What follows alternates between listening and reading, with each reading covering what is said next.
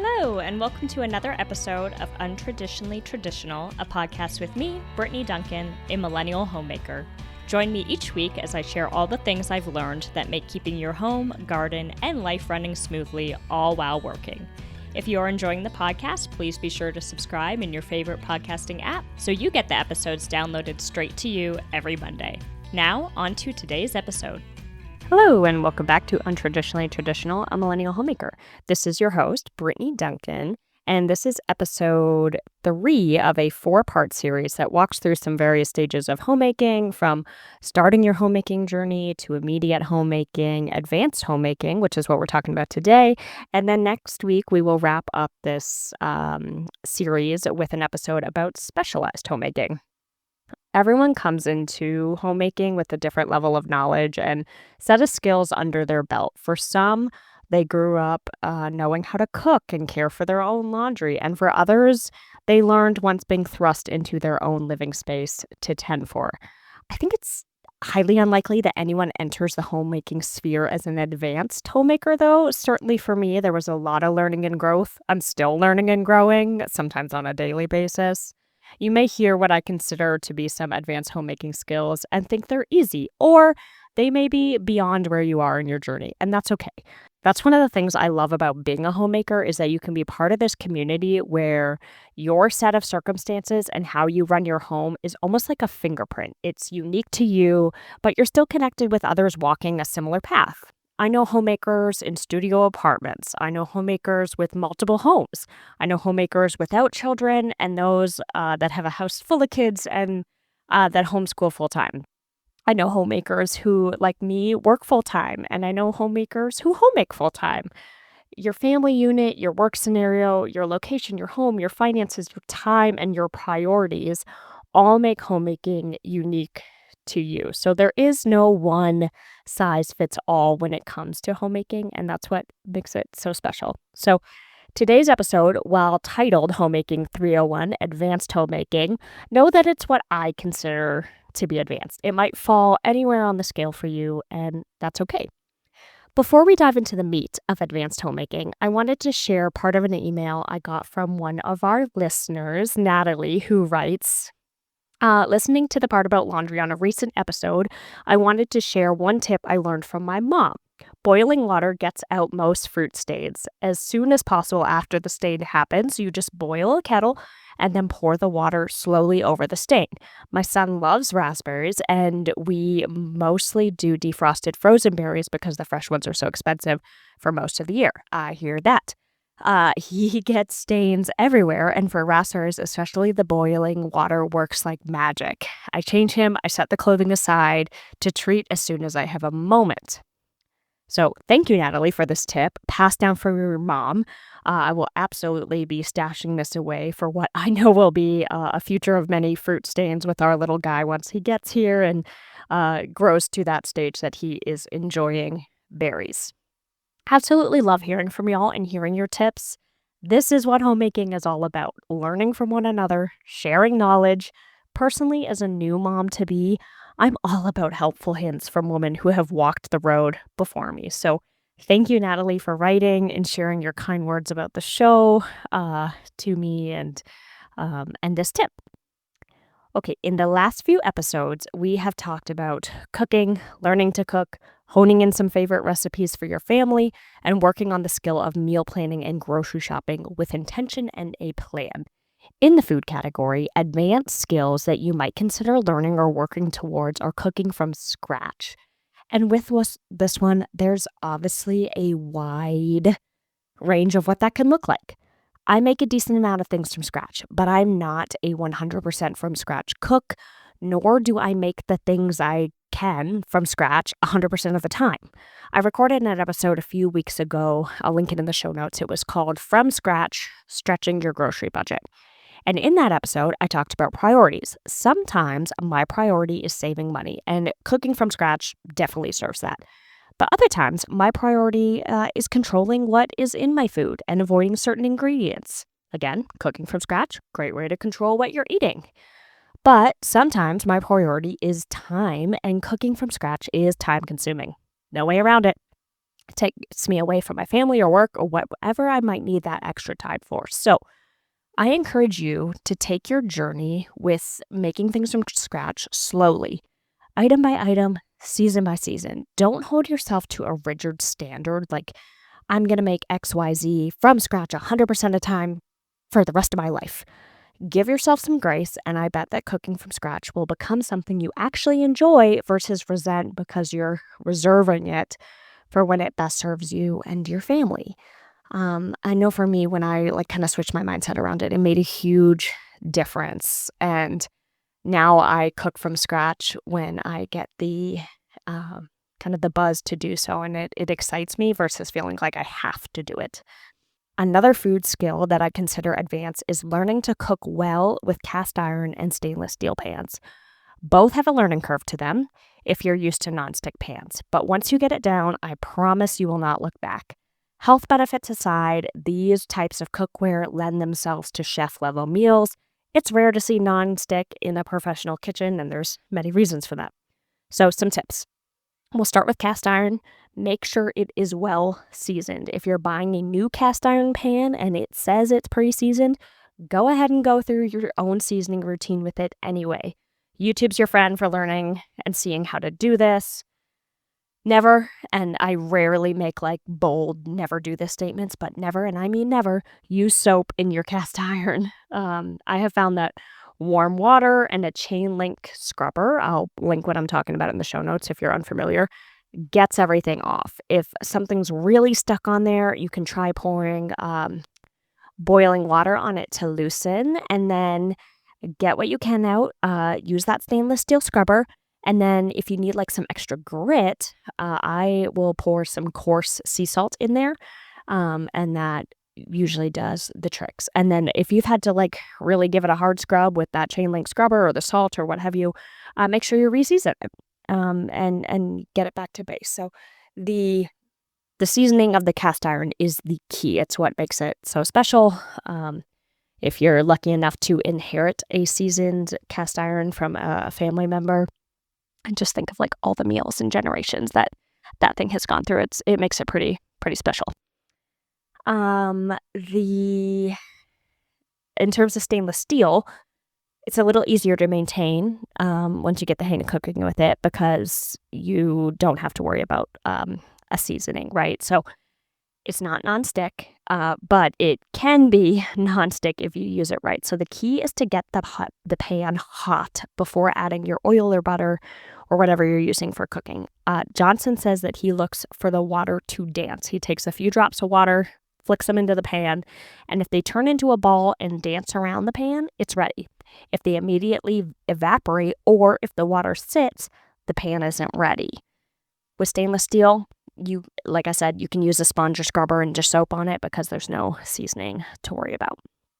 The last food skill for advanced homemaking I'll talk about today is learning to stock your freezer with meals. I love cooking and I love eating home-cooked meals, but as much as I love it, I don't want to have to cook every single night. And so the freezer makes it that you can cook a larger quantity, freeze future meals so that you can eat homemade meals from scratch another night without actually having to do the cooking. Not every meal is freezer friendly, but a lot are. And when you figure out some family favorites that freeze well, when you make them, I'd say go ahead and make 2 to 4 times the recipe and then stock your freezer with those pre-portioned meals that are ready to go. Trust me, your future self will thank you. As we prepare for our baby boy to make his debut in May, this is something I'm really focusing on so that we have lots of healthy food ready to go, minimal cooking required, and a fully stocked freezer. So I am turning and burning freezer meals right now. Moving out of the kitchen and into the laundry room, some advanced skills I've picked up are how to launder wool, silk, cashmere, and the like at home. No more dry cleaners. I've mentioned the book Laundry Love by the laundry evangelist Patrick Richardson before. It's gold. Completely changed how I care for my finer sweaters and silk garments. And I'm probably not doing Patrick justice in my explanation, but in short, I have mesh laundry bags in a variety of sizes. When my cashmere wool silk piece needs to be laundered, I will turn it inside out. I carefully place it into the bag, selecting a bag that doesn't give the piece a ton of wiggle room. Patrick rolls his pieces, but I found that just like placing them loose in the bag works better for me to actually get the whole garment clean. Sometimes when I was like rolling it, I felt like the part that was on like the innermost part of the roll like wasn't really getting like washed well. So I just place it kind of loosely in that bag. And then I launder on cold, high spin. I take the piece out of the laundry and I dry it flat. If you wash it on cold, do not dry it or expose it to heat. It won't shrink. At least mine have not. It's made wearing and owning cashmere and wool so much better because I'm not reserving those pieces for special occasions anymore, not wanting to rack up extra trips to the dry cleaners. My next tip, especially when it comes to when you're wearing these pieces more and more because you can launder them yourself, is to get a sweater comb. I got one off Amazon. I'll link it in the show notes. And it allows you to remove those fuzz balls from cashmere and wool. It's very specifically like for cashmere and wool. I've never tried to use it on my cotton sweaters. I don't know how that would work. So disclaimer there. But you may have seen the shaver tools that are like electric. And I have one of these, but I'm very selective on what I will use that on. I never use it on my finer sweaters because you run the risk of actually like cutting the fibers versus the sweater comb is just taking the balls that are already formed off the surface. So when it comes to cashmere and wool, any kind of like sweater that has a blend of cashmere or wool, I will use that sweater comb exclusively in terms of getting those little balls off. Let's talk about cleaning in a general way because the advanced homemaker level of cleaning a home is really a skill about being intentional about what you bring into the home. You've walked the road long enough that you choose to set for yourself and your home up for success by being ruthless about what you allow into it. This was one of the skills that was the hardest for me to learn, and honestly, it's something I have to work on constantly. I grew up in a very small town where a lot of items were not possible to procure, or if they were really expensive because we were, so far off the beaten path. I was raised in a house where A, you didn't waste anything, B, you kept a lot of stuff because it could be of use one day, and I'm not against this mindset. If you live in a rural or in economically tight times, I get it, but I've had to adapt in order to keep my home from overflowing with things that I might use one day. Now, if you ask my husband, he would probably say that I'm still a hoarder. But where I've really tried to adapt is by only bringing items into the house that I A, love, B, know I'll use, or C, need in the moment. And this can be really difficult, especially if you love a deal like I do, because I see things all the time that are an amazing price, but that I don't need or that don't match the aesthetic of our home. They're beautiful. And the easiest way I found to let these items go is to say someone else who does need this item is going to find it. This is going to be beautiful in somebody else's home, but it doesn't have to be your home. You can let a good deal go. Talking to myself here. Example, the other day I was at a thrift store and there was this cute embroidered button-up shirt in the kids sections. It was adorable. It was only 99 cents. I was like, gosh, what a deal. And I had it in my cart for a good 5 minutes as I walked around the store. And then I had to reason with myself over the fact that it was a size 3T. Our little man not only needs to make his debut Earthside, but has to do a whole lot of growing before that shirt will fit. So I put it back. Someone else who has a child in that size range already is going to love it. And they're going to enjoy it so much more than it's sitting in our closet for months and months. Okay, years before getting put into use, right? Other examples are that I go through the mail for the most part outside. Junk mail doesn't even make it through our front door. It goes straight into the big recycle bin. I keep a vision board of sorts on my phone that has our home's colors, and it's basically a mood board of the aesthetic. And sometimes when I'm struggling, I will look at this, and if the item I'm looking at doesn't fit in or match that, that's my cue. It can be really helpful for clothing too. Set guardrails. Whether it be style, color, season, I'm only buying dresses. I'm only buying X brands. I'm only buying clothes for summer. And then stick to that to help keep you on track in terms of what you're bringing into your home. Because I thrift a lot, my personal clothing collecting has gotten to the point now where I will only buy high-end brands I see, vintage or really quality pieces. It has to be unique. It's not just a good fit or a good price anymore, because I have a closet full of clothing that fits that bill. I'm looking for statement pieces, forever pieces. Although I have to admit, like, having a baby to thrift for has been really fun because it's a new category to look in. And I haven't bought clothing for myself or thrifted clothing for myself in a long time, probably because nothing fits, but also because I'm being really choosy. It's a finer um, selection now of what fits the bill for me to buy and bring into our home in terms of clothing for myself. In the category of budgeting, we're looking down the road and planning for the unseen or irregular costs. So like for a regular cost, we've got our car insurance that happens usually every 6 months, home insurance, that unexpected medical bill. Do you have an emergency fund? As a standard, most financial planners recommend that your emergency fund will have 3 to 6 months of full living expenses covered. Not to get political, but we're living in unprecedented times in terms of world order and the quote norm. And we really have been since the COVID-19 pandemic. There have been major upsets before the 2008 recession, the internet crash. A lot of people lost huge savings that were invested, and many who worked in that industry lost their jobs. Tariffs are affecting the job market for some. And my point in all this is to say that, like, you never really know your job status. It's not guaranteed. Even if you are the boss, you own your own business, outside factors can impact your ability to work or your client's ability to use your service. And as the advanced homemaker skill, it's to have a plan and the finances to keep you afloat should a scenario arise where, you are unable to work or your spouse is unable to work and you need to stay afloat for 3 or 6 months. So that's the budgeting skill, is to work and fund that emergency fund so that you have that to fall back on should you need it. When we move out of the home and into the garden, I consider the advanced homemaking skill to be gardening for food. Again, big spectrum here. Personally, we garden for food to enjoy in season. We don't have the space, and truthfully, I haven't honed in that skill set yet to grow enough food to carry us through the off seasons. During the summer and early fall months, though, we are buying way less produce, and I love it. I love everything about this practice: the planning, the dedication, the patience, and certainly the reward. Some things are a plant once, care for, and enjoy. In this category, we have blueberries, raspberries, strawberries, a peach tree, an apricot tree, 2 cherry trees, a pear tree, and some rhubarb. We have a fairly small yard, honestly, but we've made the most of it. Like, for reference, our lot is 6,000 or so square feet. Our home is 1,300 square feet. It's a single level, a 2-car driveway.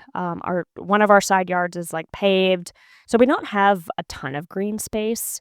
But I'm here to tell you that you need less than you think you do to support small family seasonally when it comes to gardening. We basically looked at our property, and anywhere that was a unusable space became a garden bed. We dedicated our smaller side yard that did have grass to fruit trees. And then a section of our main yard, we put a few more fruit trees, and then we had this like weird concrete bit that ran along our fence that we put garden boxes on top of.